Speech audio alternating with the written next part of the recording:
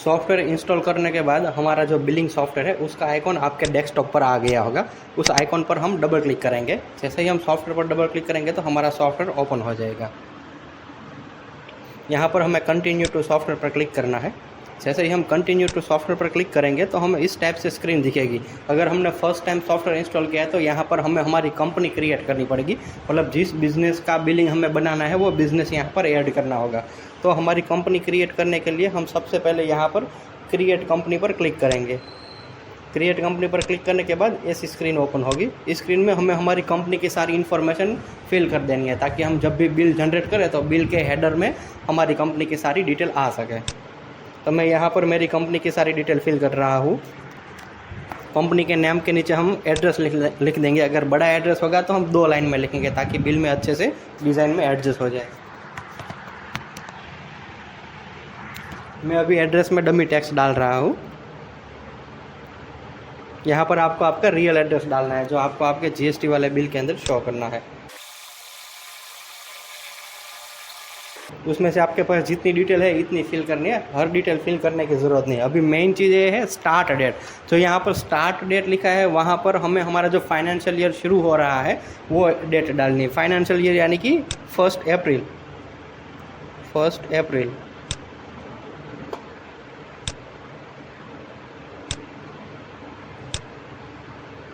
और हमारा ईयर कब एंड होता है? 31 मार्च को, बराबर। तो 1 अप्रैल और 31 मार्च हमें सिलेक्ट कर लेना है, ताकि ये हमारा फाइनेंशियल ईयर हो गया कि इस डेट से इस डेट के बीच की सारी एंट्री हम यहाँ पर करेंगे।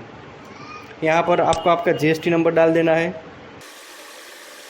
बाकी जो भी डिटेल्स आपके पास है वो आप डाल सकते हो। इसमें मेन चीज़ ये है कि आपकी कंपनी का नाम आपको सही से डालना है, यहाँ पर जीएसटी नंबर सही से डालना है, स्टार्ट डेट और एंड डेट सही से डालनी है। और इसके अलावा एक और इम्पोर्टेंट चीज़ है, वो है यूज़र नेम और पासवर्ड। आपको जो रखना है वो रख सकते हैं, लेकिन स्टार्टिंग में अगर यूज़र नेम और पासवर्ड दोनों 1 रखो तो आप भूल नहीं जाओगे, क्योंकि स्टार्टिंग में क्या होता है कि नया सॉफ्टवेयर होता है, तो अभी सॉफ्टवेयर भी सीख रहे हैं और आईडी पासवर्ड भी याद रखना है, तो ज़्यादा दिमाग पे लोड ना पड़े, तो हम इजी सॉफ्टवेयर रखते हैं 1 दोनों में, आईडी में भी और पासवर्ड में भी, दोनों में 1 लिख के हम क्रिएट कंपनी पर क्लिक कर देते हैं। जैसे ही हम क्रिएट कंपनी पर क्लिक करेंगे तो देखो यहाँ पर हमारी कंपनी आ गई। मैं वापस से सॉफ्टवेयर ओपन कर रहा हूँ, डबल क्लिक करेंगे और यहाँ पर कंटिन्यू टू सॉफ्टवेयर पर क्लिक करेंगे तो यहाँ पर हमारा सॉफ्टवेयर ओपन हो जाएगा। और यहाँ पर हमें हमारी कंपनी भी दिख जाएगी। हमारी कंपनी क्रिएट होने के बाद जैसे ही हम सॉफ्टवेयर ओपन करेंगे तो ऐसी हमें स्क्रीन दिखेगी। यहाँ पर हम मल्टीपल कंपनी क्रिएट कर सकते हैं, एस्टीमेट का, जीएसटी का, या एक से ज़्यादा नाम से हम कंपनी चला रहे हैं, या उसका बिलिंग हमें एक ही सॉफ्टवेयर में मैनेज करना है, तो यहाँ पर हम मल्टीपल क्रिएट कंपनी करके यहाँ पर मल्टीपल कंपनी क्रिएट कर सकते हैं। आपने जितने भी कंपनी ऐड की होगी उस सारी कंपनी का यहाँ पर लिस्ट आएगा। अभी जिस कंपनी में हमें लॉगिन करना है उस कंपनी पर हमें एक बार क्लिक करना है और उसके बाद यहाँ पर उसका आईडी और पासवर्ड एंटर करना है।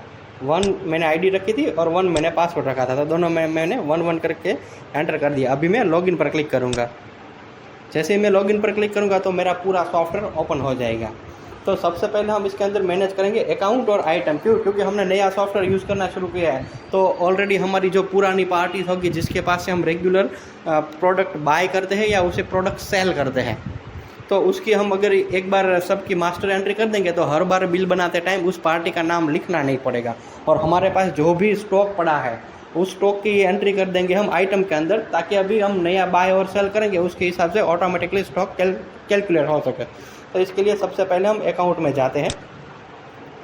सबसे पहले हम एंट्री करते हैं जितने भी हमारे कस्टमर, सप्लायर या बैंक अकाउंट या दूसरे जो भी अकाउंट्स है उसकी एंट्री कर लेते हैं। सबसे पहले किसी पार्टी का नाम डाल देते हैं, जैसे कि एबीसी प्राइवेट लिमिटेड कर दिया। अगर इस कंपनी के पास से हम माल खरीदते हैं तो यहाँ पर ग्रुप में सप्लायर रखेंगे, बराबर। अभी आज हम सॉफ्टवेयर में पार्टी का एंट्री कर रहे हैं एबीसी प्राइवेट लिमिटेड का, तो अभी प्राइवेट लिमिटेड के इस कंपनी के पास से हमें जितना पैसा उसको देना बाकी है वो पैसा हम यहाँ पर मैनेज करेंगे। क्योंकि अभी जो पुराने बिल जो दिए हैं हमने वो बिल हम दोबारा बनाएंगे नहीं, लेकिन उसका जो पेंडिंग बैलेंस है वो अगर हम यहाँ पर डाल दें तो जो नया बिल बनेगा वो इसमें प्लस माइनस होकर आगे उसका हिसाब मेंटेन रखेगा। यहाँ पर उस पार्टी का एड्रेस डाल देंगे, उसकी सिटी डाल देंगे, फ़ोन नंबर डाल देंगे। ईमेल आईडी, उसकी बैंक डिटेल, जो डिटेल जिसकी जितनी हमको रिक्वायरमेंट है वो सारे हम इसमें फिल कर देंगे और उसके बाद सेव पर क्लिक कर देंगे। बराबर। चलो, एक पार्टी की चीज़ें होगी। अभी हम दूसरी एंट्री करते हैं। ये हमने सप्लायर की एंट्री कर ली। अभी हम एंट्री करते हैं कोई कस्टमर की। तो मान के चलो XYZ करके कोई हमारा कस्टमर है, तो उसकी एंट्री कर देते हैं हम। अगर कस्टमर है तो ग्रुप में हम कस्टमर लिखेंगे। अगर कस्टमर के पास से ऑलरेडी पैसा लेना बाकी है तो वो हम यहाँ पर लिख देंगे। क्योंकि हमने 6000 उससे लेना बाकी। अभी हम नया बिल अगर क्रेडिट में बाकी में बनाएंगे तो 6000 के ऊपर वो चलता जाएगा, तो हमारा उसका जो आउटस्टैंडिंग है, जो लेजर है, वो अच्छे से मेंटेन हो सके। यहाँ पर हम उसका एड्रेस डाल देंगे ताकि जब भी हम उसका बिल बनाएं तो बिल में भी उस पार्टी के नाम के साथ उसका एड्रेस, मोबाइल नंबर वगैरह सब आ जाए। सिटी डाल देंगे ताकि कई बार हमें सिटी वाइज अगर उगराणी का लिस्ट निकालना है, जिस सिटी हम जा रहे हैं उस सिटी में हमारे कस्टमर को या सप्लायर को विजिट करना है तो हम सिटी वाइज फ़िल्टर कर सकें, इसलिए यहाँ पर हम सिटी भी ऐड कर सकते हैं। ईमेल आईडी, उसकी बैंक डिटेल, वो जो भी हमारी रिक्वायरमेंट है वो हम यहाँ पर ऐड कर सकते हैं। उसका GST नंबर, यहाँ पर हम उसका GST नंबर डाल देते हैं और उसके बाद सेव कर देते हैं। इस टाइप से हमारे जितने भी कस्टमर है, जितने भी सप्लायर है, उन सब की एंट्री हम यहाँ पर कर देंगे। अभी हम एक बैंक अकाउंट भी क्रिएट कर लेते हैं। फॉर एग्जांपल, मान लो कि मैं SBI का बैंक अकाउंट मैनेज कर रहा हूँ तो SBI डाल देता हूँ ताकि मैं बैंक से जो भी ट्रांजैक्शन करूँ उसकी एंट्री भी मुझे इसके अंदर करनी है तो वो मैनेज हो सके। अगर मुझे बैलेंस भी मेंटेन रखना है तो मैं यहाँ पे करंट बैलेंस भी ऐड कर दूंगा ताकि नया ट्रांजैक्शन जो भी आएगा जाएगा उसके हिसाब से ये मुझे बता देगा कि अभी बैंक में कितने पैसे पड़े हुए हैं। तो इस टाइप से हमें हमारे जितने भी अकाउंट है उसकी एंट्री यहाँ पर एक ही जगह पर करनी है। अकाउंट में जाके बस ग्रुप डिफरेंट ले लेना है, बाकी सारी एंट्री एक ही जगह पर कर देनी है। अब चलो, अभी हम हमारा स्टॉक है उसकी एंट्री करते हैं। जो हमारा मास्टर स्टॉक, हमारी मास्टर आइटम्स प्रोडक्ट्स है, उसकी एंट्री के लिए हम यहाँ पर आइटम पर क्लिक करेंगे। आइटम पर क्लिक करने के बाद हम यहाँ से हमारी जो भी प्रोडक्ट्स है उसकी एंट्री करेंगे। यहाँ पर हमारी प्रोडक्ट का नाम ऐड कर देंगे, यहाँ पर उसका HSN कोड ऐड कर देंगे, यहाँ पर उस पर कितने % टैक्स लगने वाला है वो हम ऐड कर देंगे। ये अपने आप, अगर IGST वाला होगा तो IGST कैलकुलेट कर देगा, अगर बिल CGST और SGST वाला होगा तो ऑटोमेटिकली उस हिसाब से कर देंगे। अभी ये जो यूनिट है उसमें हमें सिलेक्ट करना है कि ये जो प्रोडक्ट है वो हम पीसीस में, बॉक्स में, लीटर में, किस में बाय या सेल करेंगे, वो हम यहाँ पर सिलेक्ट कर देंगे। अगर हमें बार कोड मैनेज करना है, अगर वो प्रोडक्ट हम रेडीमेड लेती है तो यहाँ पर उसका बार कोड लिख देंगे या स्कैन करेंगे तो ऑटोमेटिक आ जाएगा। अगर हमें खुद से नया बार कोड जनरेट करना है तो भी हम यहाँ पर मैन्युअली भी लिख के हमारा अपना बार कोड बना सकते हैं, या बाय डिफ़ॉल्ट लाना है तो भी यहाँ पर आ जाता है और ये बार कोड आगे जाके प्रिंट भी हो जाएगा। उसके बाद ओपनिंग स्टॉक, यानी कि प्रोडक्ट 1 है, हम आज से सॉफ्टवेयर यूज़ करने का शुरू कर रहे हैं तो प्रोडक्ट 1 हमारे पास ऑलरेडी कितने स्टॉक है, मान के चलो हमारे पास इसका 50 का स्टॉक है। अगर मैं यहाँ पर 50 डाल देता हूँ तो अभी मैं जब नई 10 और परचेस करूँगा तो मेरा टोटल 60 हो जाएगा। अभी उसमें से मैं 20 सेल करूँगा तो मेरा ऑटोमेटिकली 40 हो जाएगा। तो वो सब स्टॉक मैनेज करने के लिए हम यहाँ पर ओपनिंग स्टॉक डाल देते हैं। ये है MRP, ये है सेल प्राइस। MRP यानी कि उस पर जो भी MRP रही थी वो हम यहाँ पर डालेंगे, और सेल प्राइस में हम जो डालेंगे वो जब हम सेल का बिल बनाएंगे तो वहाँ पे वो अमाउंट ऑटोमेटिकली आ जाएगी। वहाँ पर अगर हमें चेंज करना है तो पॉसिबल है। फॉर एग्जांपल मैं डाल देता हूँ कि भाई ये चीज़ है वो मुझे 100 रुपये में बेचनी है, तो जब भी मैं सेल का बिल बनाऊंगा तो वहाँ पर 100 मुझे हर बार टाइप नहीं करना पड़ेगा, ऑटोमेटिकली आ जाएगा। हाँ, अगर किसी कस्टमर को 100 की जगह 110 या 90 रुपये में देनी है तो मैं वहाँ से चेंज कर पाऊँगा। तो इस तरीके से हमें जितनी भी प्रोडक्ट ऐड करनी है वो प्रोडक्ट हम यहाँ पर ऐड कर सकते हैं। मैं 2 प्रोडक्ट बना लेता हूँ ताकि बिल बनाते टाइम मैं आपको सर्च करके दिखा सकूँ।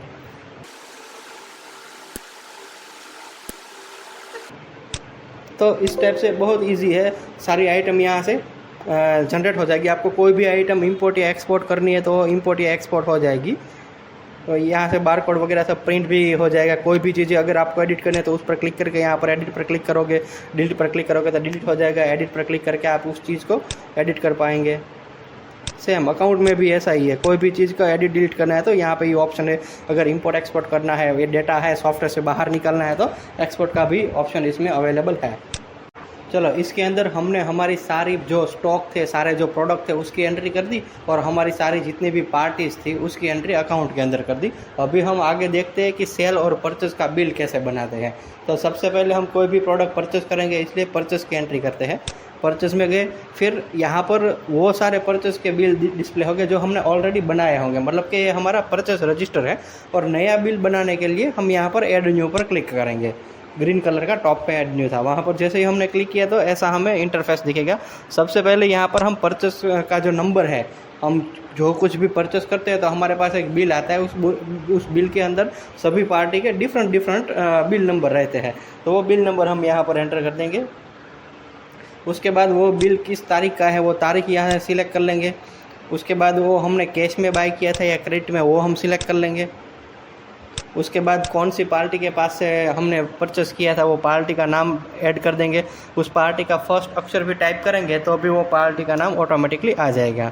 उसके बाद अगर स्टेट से ही परचेस कर रहे हैं तो लोकल सिलेक्ट करना है, अगर आउट ऑफ स्टेट से परचेस कर रहे हैं तो सेंट्रल सिलेक्ट करना है, ताकि वो IGST और CGST कैलकुलेशन के जो भी रिपोर्ट बनते हैं उसमें ईजिली सॉफ्टवेयर कैलकुलेशन कर सके। उसके बाद नीचे हमें आइटम सिलेक्ट करनी है। हमने इस बिल के अंदर हमने जो भी प्रोडक्ट परचेस की है वो सारी एक के बाद एक यहाँ पर ऐड कर देंगे। जैसे कि सबसे पहले हमें ये वाली प्रोडक्ट परचेस की है तो वो प्रोडक्ट की क्वांटिटी डाल देते हैं हम। उसके बाद कितनी प्राइस में हमने ख़रीदी है वो ऐड कर देते हैं और उसके बाद ऐड कर देंगे, बराबर। उसके बाद एक और प्रोडक्ट ऐड कर लेते हैं, वो कितनी क्वांटिटी में परचेस की है वो ऐड कर देंगे, किस प्राइस में ली है वो ऐड कर देंगे और ऐड कर। देखो परचेस में हमने प्रोडक्ट 1 है उसमें हमने 12% लगाया था तो उसका टैक्स उस हिसाब से कैलकुलेट किया, और एक दूसरी प्रोडक्ट है उसमें हमने 0% टैक्स लगाया था तो उसमें टैक्स कैलकुलेट नहीं किया हुआ है। अब उसके बाद में इस तरीके से उस बिल के अंदर हमने जितनी चीज़ें परचेस की हुई है वो सारी चीज़ की एंट्री करने के बाद यहाँ पर नीचे देखो एक पर्पल कलर का सेव का आइकॉन है, वहाँ पर से हम सेव कर देंगे तो यहाँ पर सारी डिटेल्स आ जाएगी। हमें जो कुछ भी सर्च करना है वो हम यहाँ से भी सर्च कर सकते हैं। पार्टी के नाम से, डेट से, कोई भी इंफॉर्मेशन आइटम के नाम से हम सर्च कर सकते हैं। यहाँ से बिल व्यू करना है तो व्यू हो जाता है, एडिट करना है तो एडिट हो जाएगा और डिलीट करना है तो डिलीट हो जाएगा। अगर सारे परचेस का डेटा एक्सपोर्ट करना है तो यहाँ से एक्सपोर्ट भी हो जाता है। चलो ये हो गया परचेस का बिल। अभी हम सेल का बिल बनाते हैं तो यहाँ पर सेल का आइकॉन है, वहाँ पर हम क्लिक करेंगे। जैसे ही सेल में जाएंगे तो यहाँ पर ऑलरेडी जो हमने सेल का बिल बनाया होगा उसकी एक यहाँ से छोटी सी लिस्ट आएगी। उसके बाद यहाँ पे देखो नया बिल बनाने के लिए ऐड न्यू बिल का एक ऑप्शन है, वहाँ पर क्लिक करेंगे। जैसे ही वहाँ पर क्लिक करेंगे तो नया बिल ऐड करने का विंडो ओपन हो जाएगा। फिर सबसे पहले यहाँ पर बिल नंबर जो ऑटोमेटिकली आपने जो भी सीरीज़ रखवाई होगी उस सीरीज़ के हिसाब से 1 2 3 4 5 6 ऐसे चलता रहेगा। उसके बाद date, by default current today की डेट, आज की डेट आ जाएगी। अगर आपको यहाँ से डेट चेंज करनी है तो आप मैन्युअली भी चेंज कर सकते हो, बाकी बाय डिफ़ॉल्ट जो उस दिन की डेट होगी वो डेट आ जाएगी। उसके बाद बिल हमारा कैश में बन रहा है या क्रेडिट में वो हम इधर से सिलेक्ट कर लेंगे। और उसके बाद अगर स्टेट में ही बेच रहे हैं तो यहाँ पर स्टेट GST, अगर आउट ऑफ स्टेट बेच रहे हैं तो IGST सिलेक्ट कर लेंगे, ताकि बिल के अंदर जो भी टैक्स कैलकुलेट हो वो SGST या CGST के हिसाब से करना है या IGST के हिसाब से करना है वो सॉफ्टवेयर को पता चल जाए। उसके बाद हमें यहाँ से हमारा कस्टमर सिलेक्ट कर लेना है। कस्टमर भी आपने काफ़ी सारे ऐड किए होंगे तो उसका पहला नाम लिखोगे तो डायरेक्ट वो कस्टमर ही आ जाएगा, बराबर। उसके बाद टैक्स मोड यानी कि मैं आपको बेसिकली समझाता हूँ। ये टैक्स मोड आपको सिर्फ एक ही बार सिलेक्ट करना है, बाकी एवरी टाइम ऑटोमेटिकली हो जाएगा। टैक्स मोड में 2 टाइप के टैक्स मोड आते हैं, एक एक्सक्लूडिव और एक इंक्लूडिव। अभी एक्सक्लूड का मतलब क्या हो गया कि आप कोई भी प्रोडक्ट 100 रुपये में बेच रहे हो तो उस 100 रुपये के ऊपर टैक्स आपको लगाना है तो यहाँ पे आपको एक्सक्लूड रखना है। और अगर आप कोई भी चीज़ 100 रुपये में बेच रहे हो तो टैक्स उसके अंदर आ जाता है, उसके अंदर इंक्लूड टैक्स होता है तो फिर यहाँ पर इंक्लूड रखना है, तो उस हिसाब से नीचे टैक्स कैलकुलेट होगा। चलो सबसे पहले आ जाते हैं हम यहाँ पे कोई भी हमारे एक आइटम सिलेक्ट कर लेते हैं। आइटम का पहला नाम प्रेस करेंगे तो आइटम आ जाएगी। उसके बाद टैब प्रेस करेंगे। इसमें एक के बाद दूसरे, दूसरे के बाद तीसरे में जाने के लिए टैब का यूज़ करना है। जैसे ही मैं टैब पे यूज़ करूँगा तो देखो क्वांटिटी में आ गया। अभी मुझे क्वांटिटी उसकी बेचनी है 20 क्वांटिटी में सेल करना है तो मैंने यहाँ पर 20 लिख दिया। उसके बाद देखो हमने आइटम बनाते वक्त उसमें प्राइस ऐड कर दी थी तो यहाँ पर ऑटोमेटिकली प्राइस आ गई है, लेकिन अगर मुझे उसको चेंज करना है तो मैं इधर से चेंज भी कर सकता हूँ, बराबर। अगर कुछ डिस्काउंट देना है तो यहाँ पर डिस्काउंट दे देंगे, बाकी यहाँ पर ऐड आइटम पर क्लिक कर देंगे। फिर सेम इसी बिल में एक और प्रोडक्ट ऐड करनी है तो एक और प्रोडक्ट ऐड कर देते हैं। कितनी क्वांटिटी में बेचना है उसको 20 में। फिर मैं टैब प्रेस कर देता हूँ तो देखो प्राइस ऑटोमेटिक आ गया। टैब टैब टैब और ऐड आइटम पर मैंने क्लिक कर दिया। तो इस तरीके से मैं मेरे सेल के बिल के अंदर कितनी भी आइटम ऐड कर सकता हूँ एक बिल में। अगर कोई आइटम को रिमूव करना है, गलती से ऐड हो गया है तो उस पर एक बार क्लिक करके यहाँ से रिमूव कर सकते हो, बराबर। अगर इस बिल के अंदर आपको कोई ट्रांसपोर्ट की डिटेल्स ऐड करनी है तो यहाँ पर एक नीचे ऐड ट्रांसपोर्ट का ऑप्शन दिया हुआ है, उसको आप टिक कर दोगे जैसे ही टिक करोगे तो ट्रांसपोर्ट की डिटेल्स ऐड करने के लिए डिफरेंट ऑप्शंस आ जाएंगे। अभी मैं इसमें कोई ट्रांसपोर्ट की डिटेल ऐड नहीं कर रहा हूँ और फिर सेव कर दूंगा। जैसे ही मैं सेव करूँगा तो ये पूछेगा क्या आपको प्रिंट निकालना है, तो जो भी आपको प्रिंट निकालना है वो आप यहाँ से प्रिंट दे सकते हो। अभी मैंने इसके साथ प्रिंटर अटैच नहीं किया है तो इसमें प्रिंट नहीं दिखेगी, लेकिन मैं आपको दिखा देता हूँ कि किस टाइप का बिल आपका दिखेगा।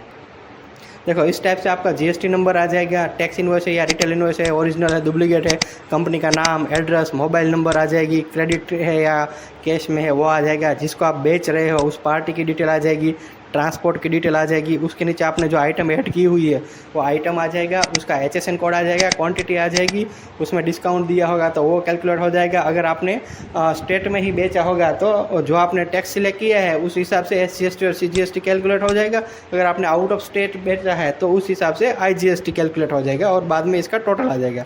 नीचे यहाँ पर GST की समरी आ जाएगी, अमाउंट इन वर्ड आ जाएगा, आपको जो भी टर्म एंड कंडीशन रखनी है वो टर्म एंड कंडीशन हम यहाँ पर ऐड कर देंगे और आपने जो बैंक डिटेल अगर आपको डिस्प्ले करवानी है तो वो डिस्प्ले कर देंगे। इस टाइप से आपका पूरा बिल का फॉर्मेट प्रिंट होगा, बराबर। अगर कोई पुराना बिल है एडिट करना है तो यहाँ पर उसको सिलेक्ट करके हम एडिट भी कर सकते हैं, यहाँ से वापस से व्यू भी कर सकते हैं, वापस से प्रिंट भी कर सकते हैं। और ये सारा डेटा अगर आपको एक्सेल में एक्सपोर्ट करना है तो यहाँ से एक्सपोर्ट भी कर सकते हैं। तो ये हो गया सेल और परचेस। अभी हमने सेल और परचेस किया तो उसके हिसाब से हमारा स्टॉक ऑटोमेटिक कैलकुलेट होना चाहिए। तो हम यहाँ पर जाके स्टॉक देखते हैं। तो स्टॉक में ऑप्शन है, हम यहाँ से आइटम वाइज सर्च भी कर सकते हैं। सबसे पहले हम जब तक सर्च नहीं करेंगे तब तक सारी ही प्रोडक्ट दिखेगी। तो सबसे पहले हमने प्रोडक्ट का नाम जो भी डाला था और उसका ओपनिंग जो भी डाला था वो आ गया। हम एग्जांपल तरीके से पहली प्रोडक्ट लेते हैं, ABC करके प्रोडक्ट है, तो उसका ओपनिंग हमने डाला था 20, तो 20 क्वांटिटी में हमारे पास था। फिर हमने परचेस किया है 15 क्वांटिटी में, तो यहाँ पर 15 क्वांटिटी मतलब ये 20 और 15 दोनों को मिला देंगे। उसके बाद हमने जितनी बेची होगी वो यहाँ पर आएगी। उसमें से हमने 20 बेची थी तो इन दोनों का प्लस होगा और उसमें से जितनी हमने सेल करेंगे वो माइनस हो जाएगा, बराबर। उसके बाद अगर सेल रिटर्न या परचेस रिटर्न कुछ है नहीं, अदरवाइज वो यहाँ पर आ जाता।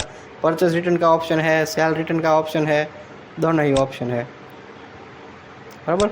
तो देखो अभी ये प्रोडक्ट क्वांटिटी कितनी है हमारे पास पेंडिंग रह गई 15। सेम अगर प्रोडक्ट 1 है वो ऑलरेडी हमारे पास 50 थी, उसमें से 10 परचेस हो गए मतलब 60 हो गई। 60 में से हमने 20 बेच दी तो 40 हो गए। तो देखो हमारी क्लोजिंग स्टॉक कितने हुए 40। तो इस हिसाब से आपका स्टॉक ऑटोमेटिकली कैलकुलेट होगा।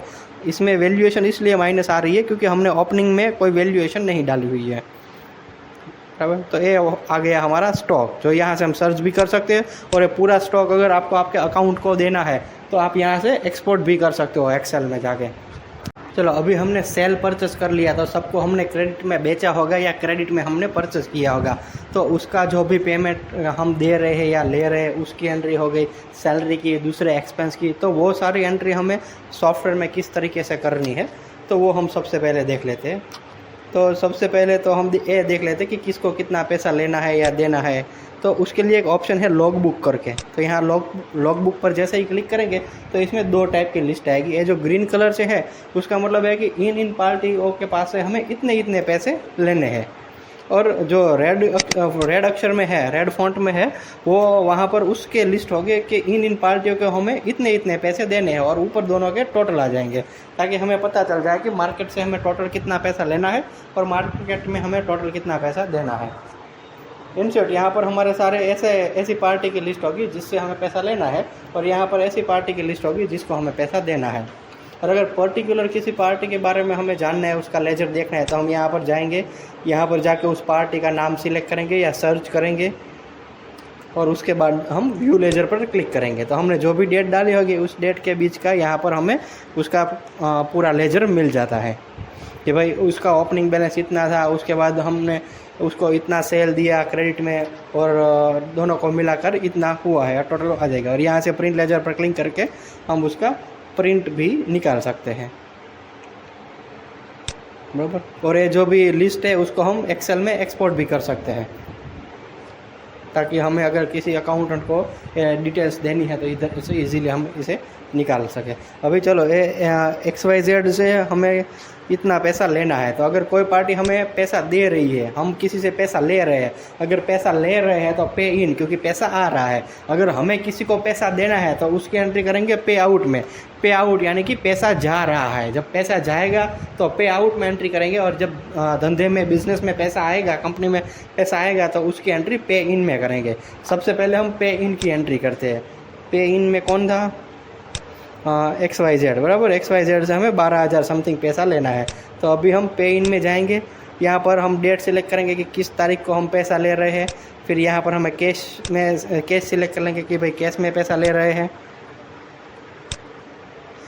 यहाँ पर हम किस पार्टी से पैसा ले रहे हैं वो पार्टी का नाम डालेंगे। XYZ ही थी ना, देख लेता हूँ वापस से एक बार। हाँ, XYZ ही थी। पेन में आ गया, कैश आ गया, यहाँ पर कर दिया मैंने XYZ। उसके बाद अगर हम बैंक से ले रहे हैं तो बैंक का नाम डाल देंगे, अदरवाइज़ ऐसे ही रखने देंगे। यहाँ पर हम कितना पैसा ले रहे हैं वो एंटर करेंगे। फॉर एग्जांपल इससे हम 5,000 ले रहे हैं, बराबर। और उसके बाद हमें यहाँ पर सेव कर देना है, ओके कर देना है। अगर इसकी रिसिप्ट हमें प्रिंट निकालनी है तो यहाँ से रिसिप्ट भी प्रिंट निकल जाएगी। अभी मैं रिसिप्ट प्रिंट नहीं निकाल रहा हूँ, तो देखो यहाँ पर एंट्री हो गई। अगर उस एंट्री को मुझे डिलीट करना है तो यहाँ पर डिलीट का, व्यू का, प्रिंट का सारे ऑप्शन मिल जाएंगे। अगर सारे रिकॉर्ड आपको एक्सपोर्ट करने हैं तो एक्सपोर्ट का भी यहाँ पर आपको ऑप्शन मिल जाएगा, बराबर। अभी वापस से हम लॉग बुक में जाकर देखें, देखो उसका पहले जो 12,000 का ड्यू बाकी था उसमें से उतने पैसे कट हो गए हैं। वापस हम XYZ का लेजर देखते हैं तो देखो इसमें एंट्री आ गई कि भाई पहले 6,000 था, उसके बाद 6,400 समथिंग का सेल किया, और उसके बाद उसने हमें 5,000 दिए, तो अभी हमें उसको इतने इससे पैसा लेना है। सेम अगर हम किसी पार्टी को पैसा दे रहे हैं, फॉर एग्जांपल ये ABC प्राइवेट लिमिटेड को हम पैसा दे रहे हैं, तो पे आउट में जाएंगे, वहाँ पर हम उस पार्टी का नाम सिलेक्ट करेंगे। बैंक से दे रहे हैं तो बैंक का नाम डालेंगे। अभी कितना पैसा दे रहे हैं तो कि उसको हम 5,000 दे रहे हैं, तो यहाँ पर 5,000 अमाउंट डाल दिया और सेव कर दिया। पूछ रहा है प्रिंट चाहिए, नहीं चाहिए, कैंसिल कर देते हैं। वापस आ जाते हैं, लॉग बुक में जाते हैं, देखते देखो उसके खाते से भी 5,000 कम हो गया, जितने की हमने एंट्री की उतना कम हो गया, देख लो। तो इस टाइप से जो भी पैसा हम एंट्री करते हैं वो सारी इसी तरह एंट्री होगी। अगर हम कोई एक्सपेंस, कोई सैलरी वगैरह सबकी एंट्री कर रहे हैं तो वो सारे अकाउंट पहले अकाउंट में जाकर बना लेने हैं और फिर उसकी भी एंट्री करनी है। जैसे कि सैलरी है, कोई लाइट बिल है, रेंट है, तो वो सारा बिजनेस से पैसा जा रहा है तो उसकी एंट्री करेंगे पे आउट में, बराबर। और जो पैसा आ रहा है वो उसकी एंट्री करेंगे पे इन में। तो इस टाइप से पैसे की एंट्री होगी। इसके अलावा आपको अगर इसमें कोटेशन बनाना है, चलन बनाना है, तो वो सारी चीज़ भी इसी के अंदर हो जाएगी।